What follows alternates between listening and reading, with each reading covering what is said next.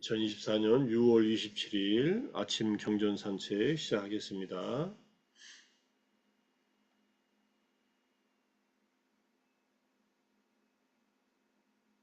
어저께 한 거 가까이 오지 않았네요.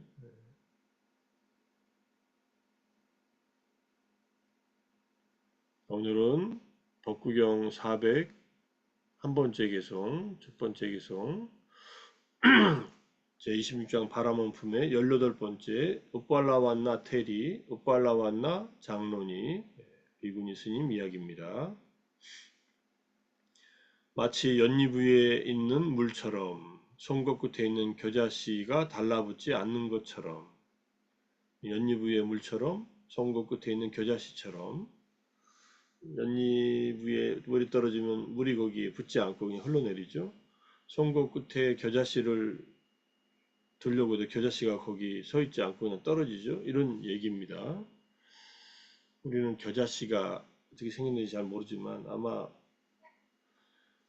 머스타드 소스를 드신 분들은 노란 머스타드 겨자 소스에 까만 이렇게 점들이 있는 걸 볼 거예요. 까만 조그만 거 그게 겨자씨입니다. 딸기에 붙어 있는 딸기씨 정도 되지요. 굉장히 작은 깨보다는 약간 깨만 한가요? 겨자는 인도에서 흔하게 먹는 향신료이기 때문에 겨자씨 비유가 많이 나옵니다. 자, 그래서 연잎 위에 물이 떨어져도 달라붙지 않고 흘러내리고 송곳 끝에 겨자씨가 거기에 꽂히지 않고 그냥 떨어져 나오듯이 감각 욕망에서 더럽혀지지 않느니, 감각 욕망을 대상으로 해서 거기에 오염되지 않느니 그를 나는 바람이라고 부른다. 말씀하신 내용이에요. 비유, 연잎 위에 물처럼 송곳 끝에 겨자씨처럼 욕망이 있더라도 거기에 더럽혀지지 않느니, 또 욕망의 대상이 있더라도 거기에 번뇌가 일어나지 않느니, 이런 뜻이겠죠. 여기에 이와 같이 더럽혀지지 않느니란 두 종류의 감각 욕망에서 더럽혀지지 않는, 하나는 번뇌로서의 욕망이고요, 하나는 대상으로서의 욕망인데, 뒤에서 다시 한번 좀 보겠습니다. 이러한 감각 욕망에 서 있지 않느니, 거기에 머물러 있지 않느니 그를 나는 바라문이라고 말한다, 이런 뜻입니다. 여기서 이제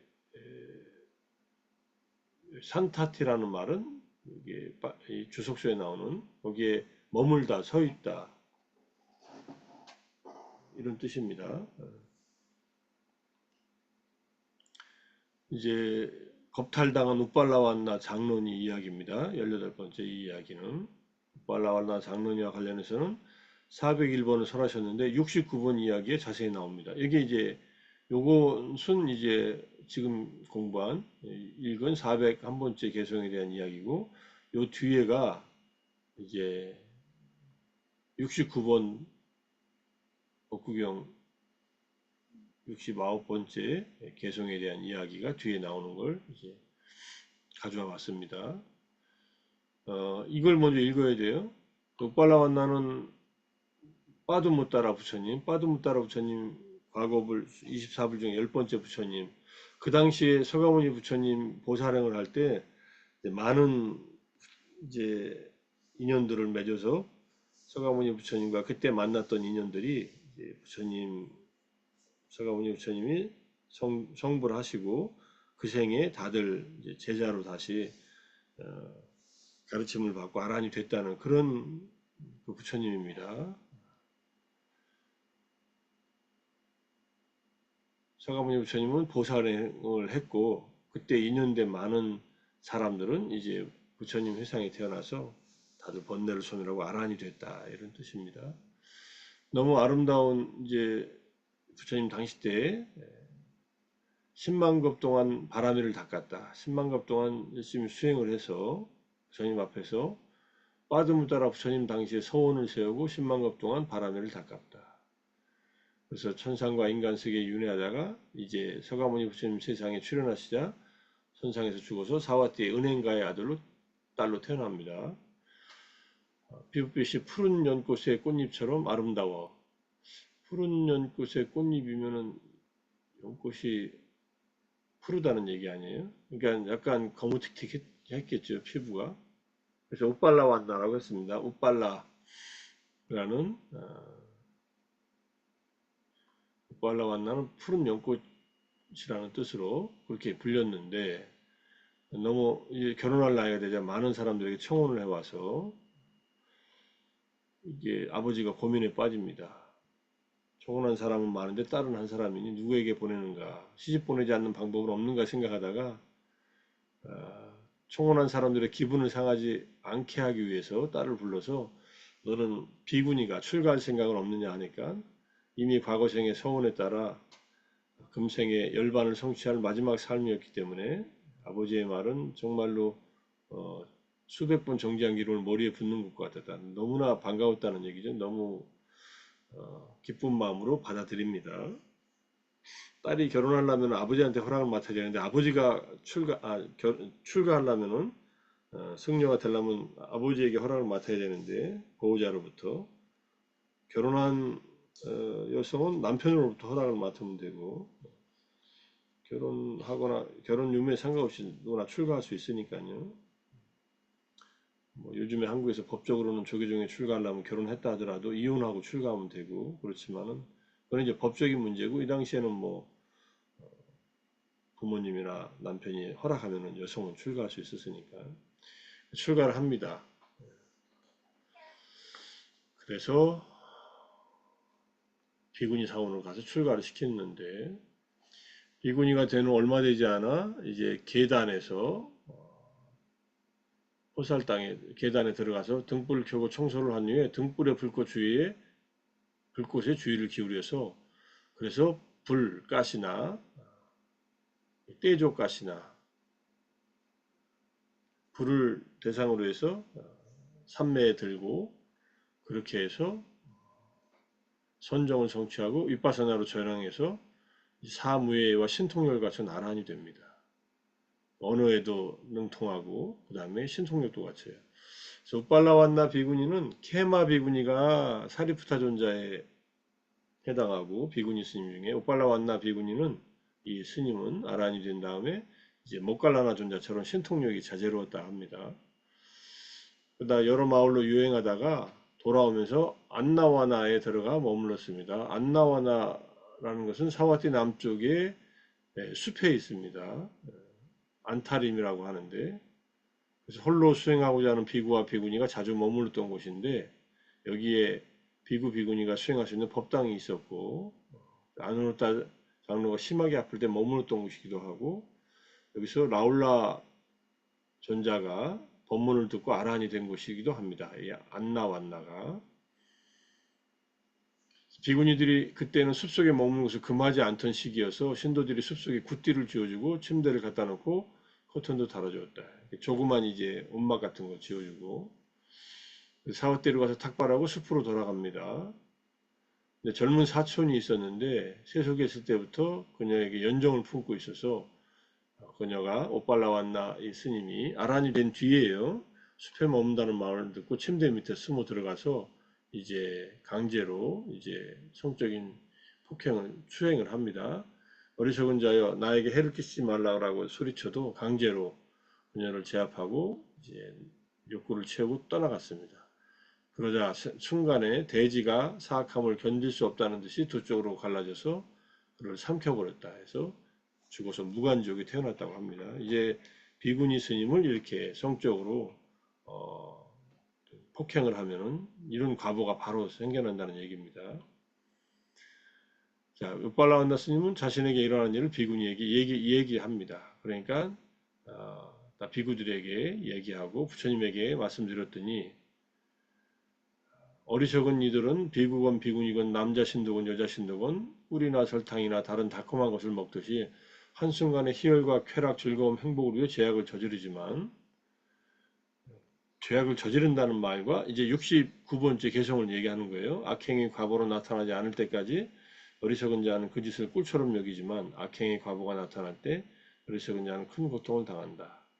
이 말을 하고 나서 그 다음에 이제 다른 대중들이 번뇌가 사라진 아란이라도 이런 성적인 성행위를 할 때 어떤 기쁨을 좋아하고 쾌감을 느끼려 하겠지라고 하는 생각을 일으켜서 부처님께 와서 물으시니까 그렇지 않다라고 대답하면서 번뇌를 완전히 제거한 사람은 사랑의 기쁨도 즐기지 않고 애욕도 느끼지 못한다 하고 이 개송을 말씀하셨다는 거예요. 그리고 나서 이제 부처님이 파사나디 왕을 불러서 얘기를 하셔서 나의 교당에는 젊은 남자뿐 아니라 젊은 여자도 가족과 재산을 버리고 출가하여 숲속에 머무는데 욕정에 불타는 사악한 자들이 불견스러운 생각으로 숲속에 머무는 비구니를 폭행하고 출가 생활을 파괴하니까 비구니 승단을 위해 성 안에 사원을 세워주셨으면 합니다 해서 성 안에 비구니 승단을 위한 사원을 건립했다고 이렇게 합니다. 이게 성 바깥에 안다와나에서 머물다가 이런 일을 당했으니까 그 이후로 비구니들은 안다와나에 거주하는 것이 금지되었다. 이게 율장에 나오는 얘기라서 이게 율장 파라지카에 나오는 얘기인데 이제 비쿠니 위나야 전재선 선생님이 번역한 비구니 위나야의 529쪽에 보면은 요 얘기가 딱 나와요. 어떤 바람은 청년이라고 나오는데 이게 이 여기에서는 이제 그 사촌을 말하죠. 안한다라는 사촌.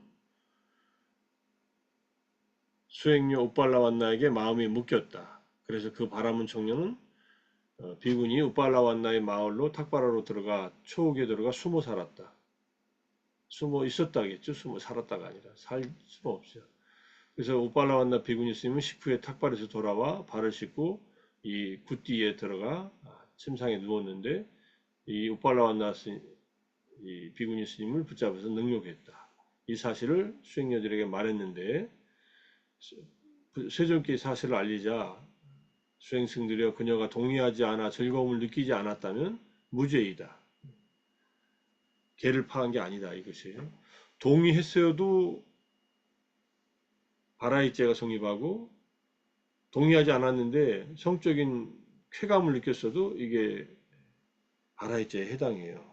자기가 원치 않는 좀 폭행을 당했다 하더라도 그런 얘기입니다. 그래서 여기에 이 사건이 기록되어 있다라고 하는 요 내용이 있는 비군이 아마 이거 비구계에도 있을 거예요. 근데 이건 저는 이제 비군이 위나야 번역한 거에서 찾았습니다. 이렇게 이 얘기가 나온다는 얘기예요. 역발라완나 테리에 대해서 굉장히 긴 이야기가 딕셔너리 오브 팔리 프로퍼님 팔리 고유명사 사전에 나옵니다. 거기에 해당하는 얘기가 요 얘기예요. 영맨 네임도 아난다가 오팔라완나 스님에 관련돼서 who was her cousin이라고 되어 있잖아요. 사촌. 그래서 출가하기 전부터 그녀에게 사랑에 빠졌는데 안다와나에 가서 하이드 숨었다. 그래서 뭐 이렇게 돌아와 가지고 이제 그녀에게 폭행을 가해 가지고 했는데 지옥의 불에 떨어졌다. 이렇게. 그걸 삼켜졌다 이런 얘기예요. 그래서 여기 좀 이 사건은 법구경에도 법구경 주석서에 여기도 나오고 그 다음에 위나야 3권에 35 이게 비구니 위나야 비구니 위반가에 나오는 얘기입니다. 그런 얘기들이에요. 그 다음에 이제 이렇게 쭉 긴 얘기들이 나와요. 그 다음에 과거생 빠두무따라 부처님 당시에 우빨라완나가 어떻게 이제 지냈는가 하는 얘기가 나오고 이렇게 쭉 얘기가 나오고 많은 자타카에 여기에 자타카에서 보지사타의 여동생이기도 하고 사슴이었는데 그 다음에 라울라의 어머니였기도 하고 굉장히 부처님과 가까운 인연을 가지고 있어요. 그 다음에 여왕이었기도 하고 바람은 여성이기도 하고 이렇게 쭉 나옵니다. 굉장히 많은 자타카 이야기 안에 우팔라완나가 등장합니다. 눈에 띄는 게 있나요? 천신이기도 하고 얘기가 쭉 나오네요.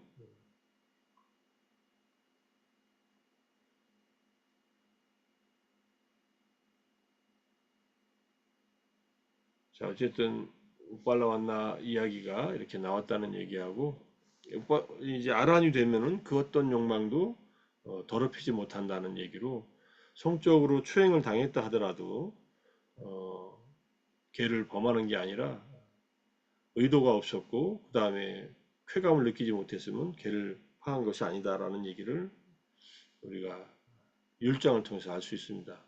율장을 보면은 바라이죄를 범하는 사례에 대해서 자세하게 나옵니다. 그 내용들은 나중에 이제 율장에 관심 있는 분들은 보시고, 율장은 본래 스님들만 공부하게 되는데 이제는 다 번역되어 있으니까 누구라도 볼 수 있게 돼버렸어요.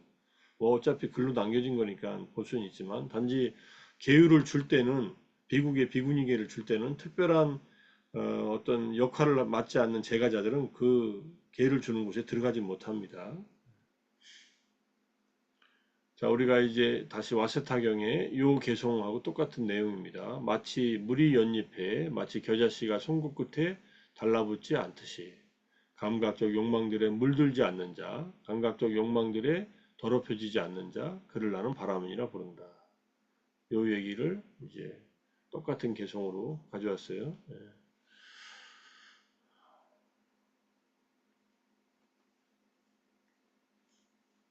아까 산타티라고 하는 주석서에 나오는 얘기가 산티타티라는 의미로 거기에 머물다, 뭐 지속되다, 뭐 서 있다 이런 뜻 또는 확립되다 이런 뜻으로 쓰였다는 말이고요. 엇발라완나 경이 하나 있습니다. 뭐 경이 딱 하나가 상유타니까야 다섯 번째 비구니 상유타 안에 이 경전이 나오는데 이제 이미 아란이 된 다음의 얘기고요. 여기에 이제 강목스님이 엇발라완나 비구니는 사와띠의 상인의 딸로 태어나서 청년과 같아서 지은 이름이라고 한다. 너무 아름다워서 왕들로부터 청혼을 받았지만 그의 아버지는 출가하기를 원했고 당연한 것으로 받아들였다. 출가일에 포사일에 등불 켜고 집회소를 청소하면서 등불의 불꽃을 불에 가시나로 하여 선을 증도하고 이렇게 혼자서 하는 경우는 과거생이 수행을 했다는 얘기예요. 그게 이제 그 대상을 보자마자 그게 지금의 눈으로 본 대상이 조건이 돼서 과거생의 선의 조건, 선을 닦았던 조건이 꽃을 피운 겁니다. 그래서 선을 정득하였고 무예를 갖춘 아란이 되었다. 변형의 신통에 능했다. 그래서 사리푸타 장로와 마하 모칼라나 장로가 부처님의 두 비구 상수 제자이듯이 경에서는 케마 장로니와 엇발라완나 장로니가 부처님의 두 비구니 상수 제자로 거명됩니다. 신통력을 갖추었기 때문에 신통력을 가진 자 가운데 으뜸, 신통력을 가진 이제 비구니 출가한 비구니 스님들 중에서 으뜸이라고 이렇게 얘기를 한 겁니다. 장론이계에도 이제 11개의 개성으로 나타나 있다는 것. 이 본경의 개성은 장론이계 230에서 233에 해당한다. 여기 나오는 거. 자, 그때 마라 빠삐만이 옥발라완나 비구니에게 두려움과 공포를 일으키고 털이 곤두서게 하기 위해 하여서 한거를 내팽개치고 옥발라완나 내팽개치게 하려고 옥발라완나 비구니에게 다가갑니다. 개성으로 얘기합니다. 꼭대기에는 꽃이 만개한 산라나무 아래 가서 그대는 외롭게 홀로 서 있군요. 그대의 아름다움에 필적한 여인이 없으니 어리석은 여인이여 불안당들이 무섭지도 않나요? 이렇게 얘기했다는 거예요. 아름다운 여인이 나무 아래 홀로 있다면은 나쁜 남자들이 그대를 유혹하거나 또는 겁탈할 텐데 그게 두렵지 않냐 이렇게 얘기한 겁니다. 이 개성을 넘는 자는 인간인가 비인간인가 라고 생각을 해보니까 이 자는 마라구나 하고서 내게 두려움과 공포를 일으키고 털이 곤두서게 하여 한거를 내팽개치고 치게 하려고 개성을 넓혔구나 이렇게 압니다. 우리가 숲속에 들어서 혼자 수행할 때는 이렇게 두려움이 일어날 때가 있다는 건데 수행하는 자를 마라가 방해하는 그런 내용으로 종종 이렇게 나옵니다. 자, 지금 여기에 온 그대 같은 불안당이 100명이든 1000명이든 아무 상관이 없다. 털끝 하나 움직이지 않고 떨리지도 않나니 말하여 나는 혼자지만 그대를 무서워 않노라. 아란이 되면 두려움이 없잖아요. 어떤 일에 대해서도. 내가 여기서 사라져서 그대의 뱃속으로 들어가거나 그대의 눈썹 사이에 서면 그대는 그런 나를 볼 수 없으리. 이런 신통력이 있으니까 이게 얘기를 한 거예요. 나는 마음의 자유자재를 얻었고 네 가지 성취 수단을 잘 닦았고 이게 이제 신통력으로 얻는 네 가지 방법을 잘 닦았고 모든 속박으로부터 잘 해탈하였으니 나는 그대를 두려워하지 않노라. 도반이에요. 이렇게 말하면서 꼴라완나 스님이 마라의 이런 유혹에도 전혀 동요되지 않는 그런 아란이 됐다는 얘기를 이렇게 설명을 합니다. 비구니 상입타에서는 이런 비구니 스님들이 마라에게 유혹당하고 그것을 다들 아란이 된 스님들을 위주로 등장하니까 이런 얘기들이 종종 나옵니다. 자, 그런 얘기가 있고요. 이제 지금 우빠라완나 경에서 본 내용입니다. 이게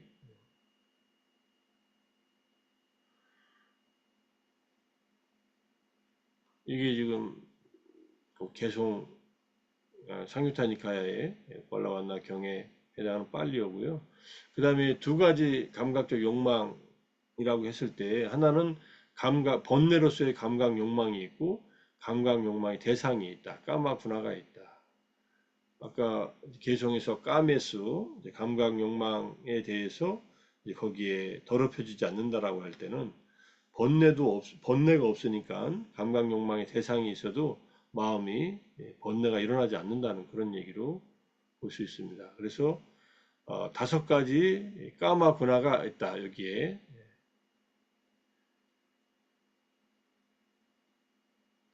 그 무엇이냐면은 눈으로 인식되는 형상, 소리, 냄새, 맛, 그 다음에 감촉이 원하고 좋아하고 마음에 들고 사랑스럽고 달콤하고 매혹적인 것들이다. 이것이 감각 욕망은 아니지만 성스러운 율에서는 감각 욕망의 가닥이라 부른다. 여기 이제 감각적 욕망은 까마를 옮긴 것이고 감각 욕망의 가닥은 까마 군화를 옮긴 것이다. 감각 욕망의 가닥의 정형구로 나타나는데 감각 욕망의 가닥에 대한 설명이지만 감각 욕망에 대한 설명은 아니라고 설명하고 있는 겁니다. 그러니까 대상이 있지만은 대상이 원하고 좋아하고 마음에 들고 사랑스럽고 달콤하고 매혹적인 대상이 있지만은 그것은 욕망의 대상일 뿐이지 그 자체가 욕망은 아니다는 거예요. 그러니까 아무리 아름다운 대상이나 멋진 소리가 들려도 그 소리에 대한 번뇌가 일어나지 않으면 감각 욕망이 일어나지 않으면 그건 감각 욕망의 대상일 뿐이지 그 자체가 번뇌는 아니다 이런 뜻입니다. 생각을 통하여 생긴 애욕이 인간의 감각적 욕망이니 세상의 다채로운 대상들은 감각적 욕망이 아니로다. 이렇게 애욕으로서의 욕망과 대상으로서의 감각적 욕망의 대상으로서의 까마 분화가 있는데 이 두 가지에 대해서 전혀 더럽혀지지 않았다는 말로 아까 그 법구경 개송의 제3구에서 세 번째 구절에서 부처님이 설명을 하신 겁니다. 세상 생각을 통해 생긴 애욕이 인간의 감각적 욕망이니 세상의 다차로운 대상들은 그냥 그렇게 머물 뿐이다. 승일기로운 자들은 그것에 대한 의욕을 길들인다. 그것에 대한 이제 욕구를 길들여서 더 이상 뭐 대상을 변화시키지 말고 대상에 대한 자기의 욕망, 번뇌를 다스려라 이런 뜻입니다. 그런 얘기로 이제 감각적 욕망에 대한 설명을 마치고요. 그것을 이제 전에 찾아본 대로 까마구나에 대한 얘기 하나 까마구나에 대한 얘기죠.